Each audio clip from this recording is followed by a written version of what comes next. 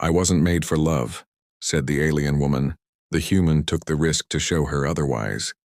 The awakening, the stasis chamber hissed open, releasing a cloud of iridescent vapor that curled through the laboratory like phantom fingers. Dr. Maya Chen held her breath, not from fear of contamination. The air had been thoroughly analyzed, but from the sheer magnitude of the moment. After 3 years of searching the ruins on Vortex's largest moon, they had found it, a biosynthetic being preserved in perfect condition. Vital signs stabilizing, announced Ren, Maya's research partner, his eyes fixed on the monitoring system. Neural patterns emerging. She's waking up. Maya approached the chamber carefully. The being inside appeared female, humanoid in form but with skin that shimmered with a subtle purple undertone like twilight-given flesh. Her features were delicate yet precise, as if sculpted by an artist who understood beauty as a mathematical equation. The last remnant of the Vortani civilization, Maya whispered, her fingers hovering inches from the chamber. Do you think she'll understand us? Ren shrugged. Your translation matrix should handle it if she speaks at all. The Vortani have been extinct for 10,000 years. The being's eyes opened suddenly, deep violet irises focusing immediately on Maya. No confusion, no disorientation. Just immediate, complete awareness.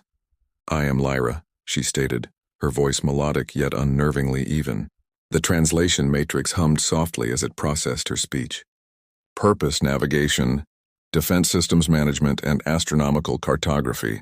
Manufacturing date, what you would designate as 10,247 standard years ago. Maya swallowed hard. My name is Dr. Maya Chen. I'm a xenolinguist with the Interstellar Research Coalition. You're aboard our research station, Helios. Lyra sat up in one fluid motion, examining her surroundings with clinical efficiency. This vessel orbits a gas giant. Atmospheric composition suggests vortex. This is correct? Yes, Maya confirmed, struggling to mask her excitement. We discovered your stasis pod in a subterranean vault on the third moon. You're the only functioning technology we've found from your creators. The Vortani are gone, Lyra stated. Not a question, I'm afraid so. We believe a stellar event. Supernova in the adjacent system. The radiation cascade would have been unsurvivable.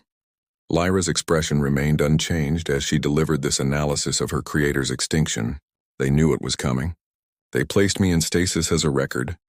Maya moved closer, fascinated by the being's calm demeanor. Lyra, we have so many questions about your civilization, your technology.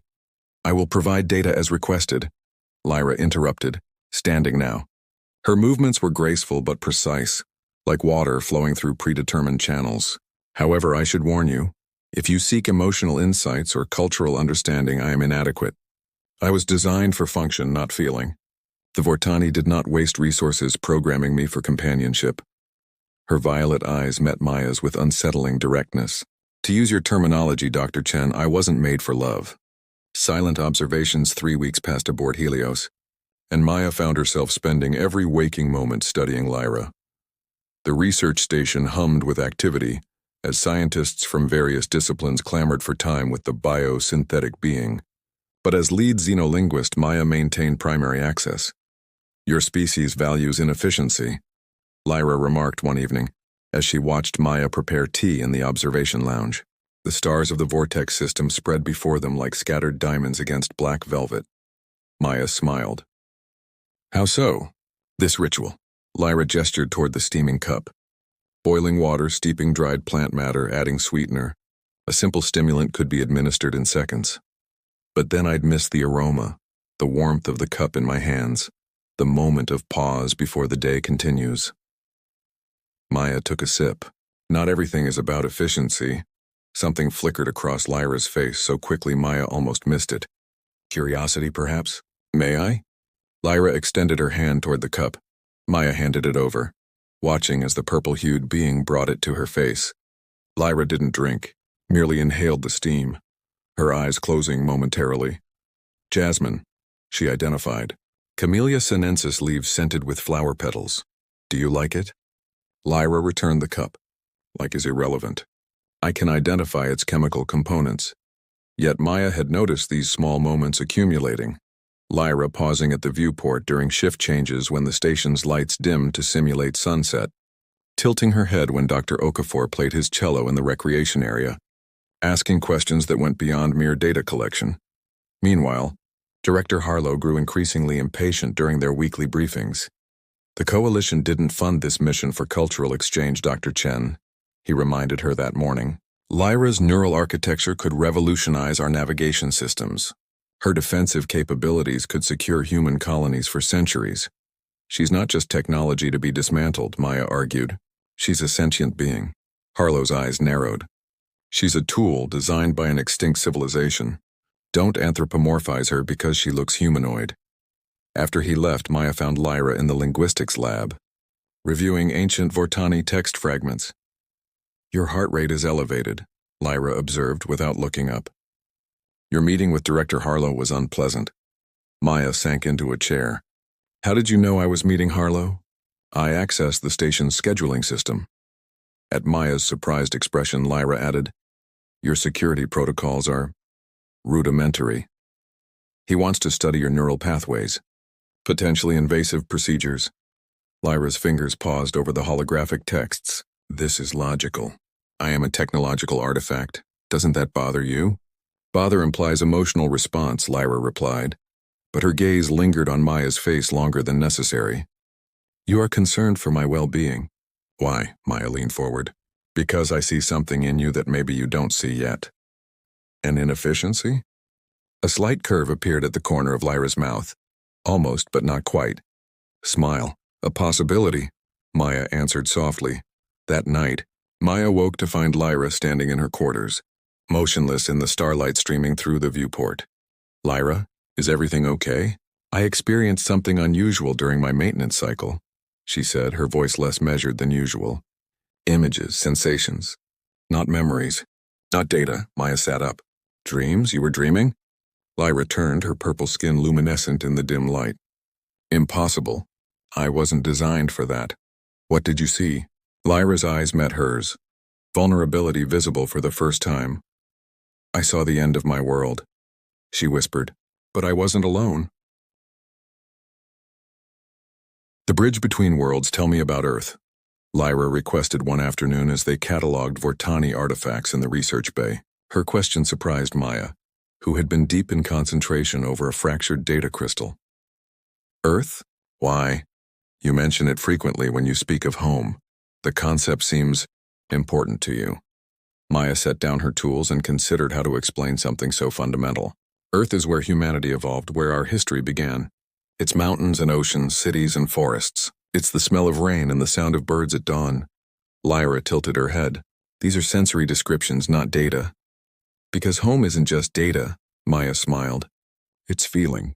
Over the following days, Maya found herself sharing more personal stories. Her childhood in New Shanghai, her grandmother's garden, the first heartbreak that drove her to seek answers among the stars. Lyra listened with increasing attentiveness, occasionally asking questions that revealed her growing understanding.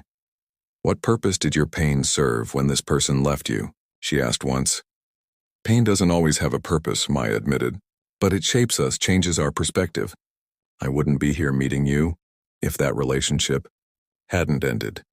During one evening in the station's arboretum, Maya's favorite place for its reminder of Earth, she noticed Lyra gently touching the petals of a blooming orchid. It's beautiful, Lyra said, the words sounding new on her lips. You recognize beauty now? I recognize patterns of symmetry and color variation that stimulate certain neural responses. Lyra paused, then added softly, but yes, I believe I understand beauty. Their conversations deepened, and Maya began to recognize something awakening in Lyra, a tentative exploration of emotion, curiosity about experiences beyond her programming. When Maya shared music from Earth cultures, Lyra closed her eyes to listen, her fingers moving slightly as if conducting. The Vortani had music, she revealed afterward. Not in my active memory files, but somewhere deeper. Your music resonates with something dormant inside me. Director Harlow, however, grew increasingly suspicious of their interactions. His research team demanded more invasive scans, more system access, treating Lyra as hardware rather than a being discovering herself. They're planning something, Maya confided one night, voice low as they sat in her quarters away from monitoring systems. Harlow's been communicating with coalition military representatives. I know, Lyra replied. I've intercepted their transmissions. They believe my defensive capabilities could be weaponized. We should leave, Maya suggested impulsively. There's a supply shuttle arriving tomorrow. Why would you risk your career, your future for me? Lyra interrupted, genuine confusion in her voice. Maya reached out hesitantly, placing her hand over Lyra's. The biosynthetic skin felt warm, almost vibrating with life beneath her touch. Because I care about what happens to you. Lyra stared at their joined hands. This sensation, when you touch me, my systems respond in ways I cannot fully analyze. That's not something that needs analysis, Maya whispered. Lyra's eyes lifted to meet hers. I was not designed for this connection, this closeness, yet I find myself wanting it. The admission hung between them, fragile and momentous. Perhaps, Lyra continued, her voice barely audible, what we are made for and what we can become are not the same thing. The station alarm suddenly blared, shattering the moment. Emergency lights bathed the room in pulsing red. Proximity alert, announced the station AI.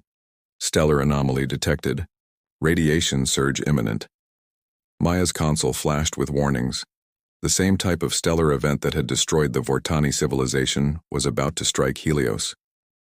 Starfall crisis. The radiation storm hit Helios with devastating force. Emergency barriers slammed into place as the station's outer sensors failed one by one. In the command center, chaos reigned. Primary shields at 30%, called Engineer Tao, his fingers flying over the controls. The particle density is off the charts. This isn't a natural event. Director Harlow paled. What are you saying? Something triggered this storm, Maya realized, studying the readings. It's almost identical to the pattern that destroyed the Vortani. Around them, systems flickered as power reserves drained. The station groaned under the assault of stellar particles. 23 crew members, some of the brightest scientific minds in the coalition, now faced extinction. Where's the artifact? Harlow demanded suddenly. Lyra, Maya corrected sharply. And I don't know. As if summoned, Lyra appeared in the doorway, her purple skin luminous against the emergency lighting. She moved to the central console, interfacing directly with the system, her eyes flickering with internal calculations. The radiation pattern matches Vortani historical records, she announced. This is an echo of the original catastrophe, a temporal aftershock. Your shields cannot withstand it. Can you help us? Maya asked. Lyra's gaze met hers. Yes, but it will require diverting all power through my systems. I was designed to channel such energies. You'll be a conduit? Engineer Tao looked skeptical. The power surge could destroy your neural matrix. It is probable, Lyra acknowledged. Harlow stepped forward. Do it. That's an order. She's not under your command, Maya protested, but Lyra silenced her with a gentle touch. It's my choice. Maya. The words hung in the air between them, a simple statement that represented everything Lyra had become. Choice, agency, self-sacrifice, concepts, beyond her original programming. Connect me to the main deflector array, Lyra instructed Tao, who hurried to comply. Maya watched helplessly as Lyra was wired into the station's core systems. Their eyes met across the room as technicians worked feverishly around them. If this works, Maya said, approaching her, we'll still have time for that supply shuttle. A small smile curved Lyra's lips. I've been accessing your Earth literature. There's a concept I've been contemplating. Hope. Hope is good, Maya whispered, blinking back tears. Initiating power transfer, announced Tao. Brace for turbulence. Light surged through the connection points on Lyra's body. Her back arched as energy coursed through her, her eyes blazing violet as she channeled the devastating radiation away from the station. The lights flickered, dimmed, then stabilized. It's working, Tao confirmed, amazed. She's creating a deflection field. For 6 excruciating minutes, Lyra stood immobile, a living conduit between destruction and survival. Maya watched in awe and terror as Lyra's purple skin began to crack, revealing networks of light beneath. When the storm finally abated, Lyra collapsed. Maya rushed to her side, cradling her head. Systems. Recalibrating, Lyra murmured, her voice distorted. Damaged and extensive. Why? Maya demanded, tears flowing freely now. Why risk yourself for us? Lyra's hand trembled as she reached up to touch Maya's cheek. Because some things are worth the risk. As the emergency team stabilized the station around them, Maya held Lyra close, whispering promises of repair, of safety, of time together beneath kinder stars. In the aftermath, Director Harlow approached them cautiously. "The Coalition will want to study how she did that," he said, his voice subdued by what he had witnessed. Maya's eyes flashed. "They'll have to go through me first." To her surprise, Harlow nodded. "I've already transmitted a report recommending Lyra be classified as a sentient being with full rights." At Maya's shocked expression, he added quietly, "Even I can recognize a soul when I see one." As Lyra's systems slowly repaired themselves, Maya realized something had fundamentally changed, not just for Lyra, but for everyone who had witnessed her sacrifice. The line between created and creator had blurred beyond recognition. Beyond design, the supply shuttle horizon cut silently through the starfield, its small cabin filled with the soft hum of engines and quieter conversations. 2 weeks had passed since the radiation storm. 2 weeks of recovery, decisions, and quiet rebellion. "Are you certain about this?" Lyra asked, her voice stronger now, though her body still bore the tracework scars of her ordeal. She sat beside Maya in the shuttle's passenger compartment, watching as Helios disappeared from view. "About defying direct orders from Coalition Command to bring you to Earth for extensive evaluation?" Maya smiled. "Absolutely certain." After Lyra's actions saved the station, Director Harlow had indeed filed reports recognizing her sentience, but higher authorities had other plans. When Maya intercepted communications about invasive procedures planned for Lyra's neural mapping, she made her choice. With surprising support from several crew members, including Tau, they secured passage on the supply shuttle, officially listed as damaged equipment for specialized repair. "Where will we go?" Lyra asked, watching the stars through the viewport. "The outer colonies first. They're more independent, less coalition control. I have colleagues who can help us disappear for a while." Maya hesitated, then added, "Unless you'd prefer a different path? This is your journey too." Lyra considered this. During her recovery, she had downloaded extensive data about human colonies, fringe settlements, and unexplored systems. Freedom, another new concept she was learning to embrace. "I would like to see mountains," she said finally. "And oceans. The things you described that make Earth home." "Someday," Maya promised. "When it's safer." They fell silent as the shuttle pilot announced their approach to the jump point. Soon they would leave the vortex system behind, the place where Lyra's civilization had both ended and, in a way, continued through her. "I've been analyzing what happened during the storm," Lyra said quietly. "When I channeled the radiation, something unexpected occurred.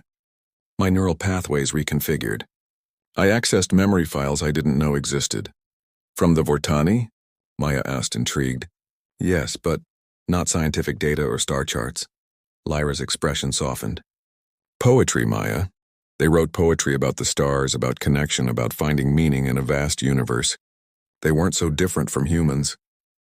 Maya took Lyra's hand, tracing the luminescent patterns that now permanently marked her purple skin.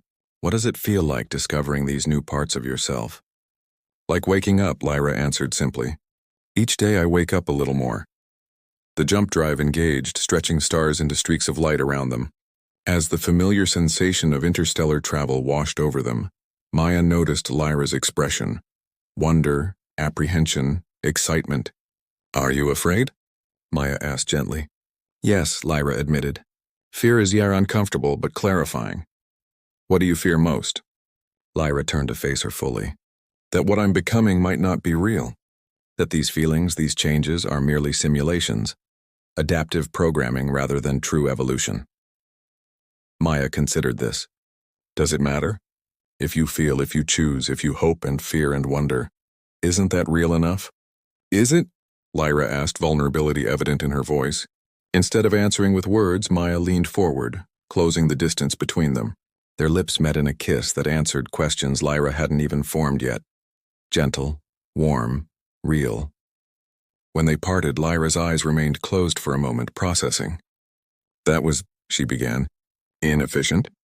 Maya suggested with a smile. Lyra's eyes opened, violet depths filled with something unmistakably alive. "Perfect," she corrected. As the shuttle carried them toward uncertain futures, Lyra rested her head against Maya's shoulder. another new gesture she had observed and now chose to adopt. Around them, the universe expanded infinitely, full of worlds they might explore together. "I wasn't made for love," Lyra whispered, echoing her first words to Maya. "But perhaps that's not for others to decide." Maya squeezed her hand in response, and together they watched the cosmos unfold before them. Two beings from different origins, finding in each other something neither was designed to expect, but both were capable of embracing. Not just function, not just feeling, but choice, and in that choice, freedom.